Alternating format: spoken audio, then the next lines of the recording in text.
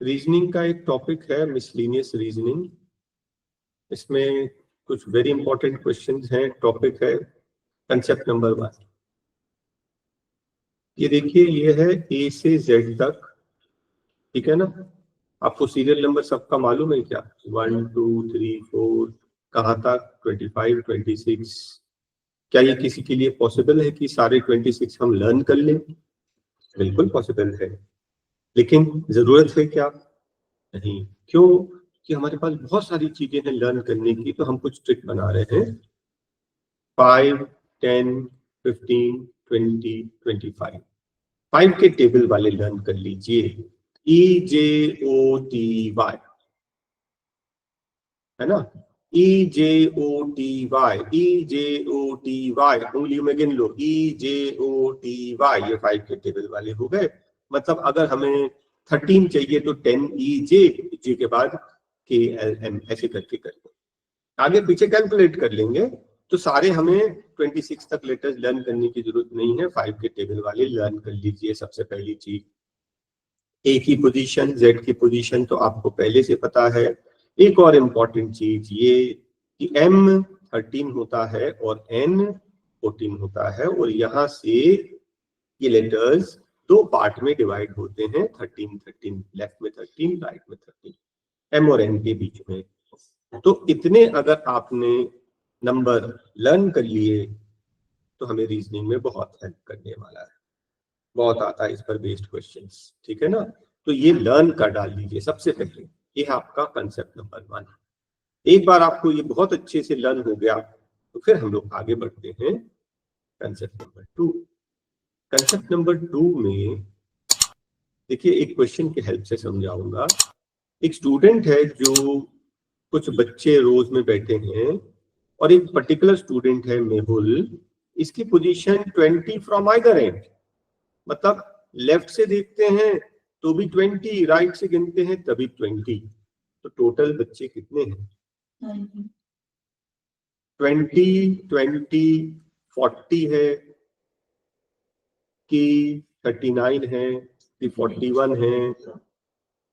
20 from either and, left से देख रहे तो भी 20 आ रहा और राइट से देख रहे तो भी 20 आ रहा। 20 + 20 40 हुए, लेकिन हमने मेहुल को 2 बार गिन लिया। एक कम करेंगे, करेक्ट टोटल इज 39, ठीक है। यहाँ पर हम एक फॉर्मूला बनाएंगे कि लेफ्ट का पोजीशन प्लस राइट का पोजीशन इज ऑलवेज टोटल +1। क्या लेफ्ट का पोजीशन और उसी पर्सन का राइट का पोजीशन हमेशा टोटल +1 होता है? इसका मतलब ये हुआ कि लेफ्ट प्लस राइट में से 1 माइनस करेंगे तब करेक्ट टोटल आएगा। लेफ्ट का पोजीशन प्लस राइट का पोजीशन, उसी पर्सन का लेफ्ट और राइट गिन लिया तो उसको 2 बार गिन लिया, एक कम करोगे तो करेक्ट टोटल आएगा। ये फर्स्ट फॉर्मूला हो गया अपना, है ना। और इसी क्वेश्चन में नेक्स्ट आता है कि 50 स्टूडेंट्स हैं क्लास में, टोटल 50 स्टूडेंट्स हैं, और मीना का रैंक 25th है। अब रैंक मतलब अंडरस्टूड, टॉप से ही रैंक है ना। 25th है, तो मीना का रैंक अगर 25th है फ्रॉम द टॉप, तो उसका रैंक लास्ट से कितना होगा? लास्ट से अगर गिने तो कितना रैंक होगा? तो 50 नहीं, बल्कि आप 51 में से माइनस करना, कितना? 26 इज द आंसर। क्यों? क्योंकि ये ऊपर वाला फॉर्मूला हमने यूज किया। देखिए जरा, left plus right equals to total +1, और अगर मुझे राइट का पोजीशन चाहिए, लेफ्ट का पोजीशन चाहिए, राइट यहाँ जाकर माइनस हो जाएगा। तो आपको जब भी इंटरचेंज करना, लेफ्ट को राइट में, राइट को लेफ्ट में, टॉप को बॉटम में, क्या करना? टोटल +1। टोटल क्या था आपका? 50 + 1, 51 में से माइनस करेंगे तो पोजीशन इंटरचेंज हो जाएगी, लेफ्ट का राइट हो जाएगी, राइट का लेफ्ट हो जाएगी। तो फॉर्मूला यही है, ये फॉर्मूला नंबर 1, ये फॉर्मूला नंबर 2, ठीक है। अब ये जो 2 कंसेप्ट हमने पढ़ा, कंसेप्ट नंबर 1 जहां पर अल्फाबेट की नंबरिंग पढ़ा हमने, और कंसेप्ट नंबर 2 जहां left plus right equals to total +1, इन दोनों को कंबाइन करके अब यहाँ पर कुछ क्वेश्चंस हैं, ध्यान से देखेंगे। देखिए, ये लिखा हो तो चलो गिन भी सकते हैं, मान लो नहीं लिख के आया तो क्या हम लिख के फिर गिनने वाले हैं? वो तो बहुत टाइम वेस्ट हो जाएगा। तो हमें कुछ ट्रिक्स ध्यान रखनी पड़ेगी। 7th from the left and, है ना, मैं स्क्रॉल कर दूं ताकि आपको ये स्क्रीन क्वेश्चन दिखे ना ऊपर, ठीक है, एक सेकेंड। हाँ, 7th from the left and क्या होता है? लेफ्ट हैंड मतलब ये है लेफ्ट हैंड, यहां से राइट हैंड बोलेंगे तो Z. 7th from the left and तो आपको मालूम ई मतलब 5, है ना, ई एफ जी, कोई कंफ्यूजन तो नहीं। 7th from the left hand. अगर मैं पूछूं 7th from the right hand, 27 minus 7, total +1 में से लेफ्ट का पोजीशन माइनस करोगे तो राइट का पोजीशन आ जाएगा, या राइट का पोजीशन माइनस करोगे तो लेफ्ट। जो राइट से 7 था 27 से माइनस किया तो लेफ्ट से 20 पोजीशन है उसका, 20 आपको मालूम है, EJOT, इसका आंसर इज टी। बस इतना ध्यान रखना हमने कौन सा फॉर्मूला यूज किया, left plus right equal to total plus 1। Total 26 letters होते, 26 + 1 27, तो आप इंटरचेंज करने के लिए 27 से माइनस करेंगे। लेफ्ट की पोजीशन हमने याद रखी हुई है, लेफ्ट की पोजीशन तो हमने लर्न कर ली है, तो क्या राइट की पोजीशन लर्न करनी पड़ेगी? नहीं, हम 27 से माइनस करके इंटरचेंज कर लेंगे। नेक्स्ट क्वेश्चन देखिए, 17 from the left hand, EJO 15 हो गया ना, 5 10 15, वो के बाद PQ, आपका आंसर Q, ठीक है ना। EJOTY 5 के टेबल हमने पढ़े थे, 5 10 15, इसका पोजीशन 15 है, हमें 17 चाहिए, PQ।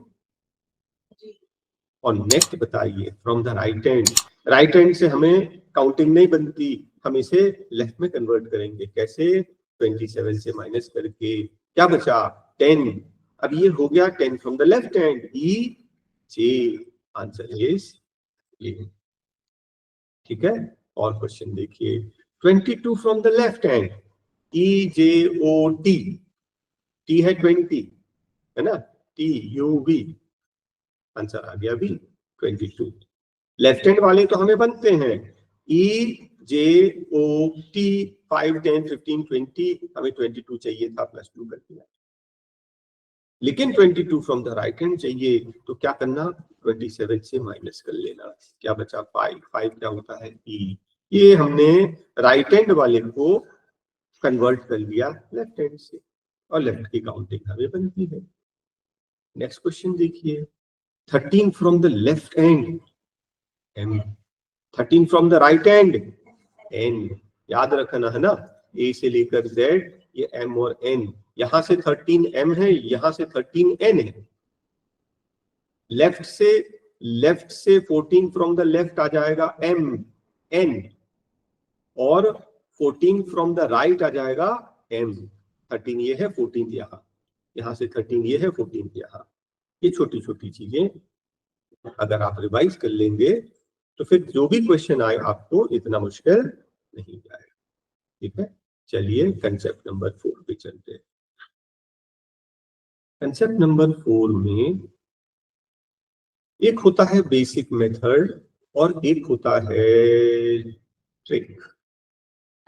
तो मैं आपको एक ट्रिक दे रहा हूं, जब भी ऐसा क्वेश्चन आए, ट्रिक किसके लिए? जब भी ऐसा क्वेश्चन आए, which letter will be 8th to the left of 12th from the left, 8th letter to the left of 12th from the left। Start कहां से करते हैं? फ्रॉम से। 12th from the left, यहां से आप 12 गए, कहां पहुंचे? L, ठीक है। अब L पहुंच गए, ठीक है, उसकी कहां जाना है? 8th टू द लेफ्ट, उसके लेफ्ट में जाना है। उसके लेफ्ट में मतलब ये राइट हो गया, ये लेफ्ट हो गया, वापस आना है 8 वापस आ रहे हैं, है ना। तो ये 1 2 3 4 5 6 7 8, क्या आंसर आ गया? D। और कई बार क्या होता है, लेफ्ट राइट करने में मिस्टेक भी हो जाती है। मैं आपको एक बहुत बढ़िया ट्रिक बता रहा हूं, लेफ्ट लेफ्ट या राइट राइट सेम हो तो माइनस करना, लेफ्ट राइट या राइट लेफ्ट डिफरेंट हो तो प्लस करना, और काउंट कहां से करना? फ्रॉम से, ठीक है। ये रूल सेम में माइनस, ऑपोजिट में प्लस, काउंट कहां से? फ्रॉम से। अब अपन एक एक क्वेश्चन देखते हैं, क्योंकि मान लीजिए लेटर नहीं दिया तो क्या हम लिख के फिर ऐसे बनाने वाले हैं? तो बेसिक मेथड तो हमारा बिल्कुल काम नहीं करेगा और शॉर्टकट मेथड देखिए जरा, 8th to the left, 8 to the left और 12th from the left, 12th from the left, दोनों सेम है तो क्या करते हैं अपन? माइनस करते हैं 4, और फ्रॉम क्या है? From the left, 4 from the left, answer आया डी। एक बार में आंसर लिखिए जरा, बहुत बढ़िया ट्रिक है। ठीक, और देखते हैं next question, 8th to the right of 12th from the right, same में क्या करते हैं? -4, कहां से? फ्रॉम द राइट, कौन सा आ गया? W। ठीक है, ये नहीं लिखा होता तो आप क्या करते? 27 में से 4 माइनस कर देते, 23, 23 आपका 20 आ गया T, EJOT, T के बाद UVW आपका आंसर। अगर ये लेटर नहीं लिखे होते तो हम ऐसे कैलकुलेट कर लेते। और ध्यान रखना, जरूरी नहीं है कि ये सीरीज जो आपको दी है यही दी हो सीरीज A to Z वाली, अपने मन से भी कोई दूसरी सीरीज वो दे देते हैं, तो हम उस केस में भी कर लें। 8th to the right of 12th from the left, different में क्या करते हैं? प्लस, क्या आ गया? 20, 20 कहाँ? फ्रॉम द लेफ्ट, तो आपको मालूम है 20 क्या होता है? EJOT, answer is T। ठीक है ना? नेक्स्ट रूल देखिए, 8 to the left of 12th from the left, 12th from the right, different है, क्या करेंगे?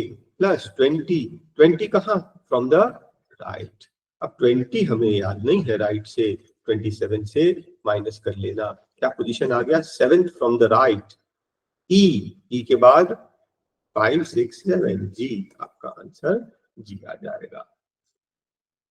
ठीक है, क्या आपको समझ में आया? देखिए ये 4 कंसेप्ट, और ये जो 4 है ना, ये कंसेप्ट 4 वेरी इंपॉर्टेंट टॉपिक्स हैं जिन पर क्वेश्चंस रेगुलर आते हैं। बस ठीक है, ये टॉपिक खत्म हो गया यहाँ पर।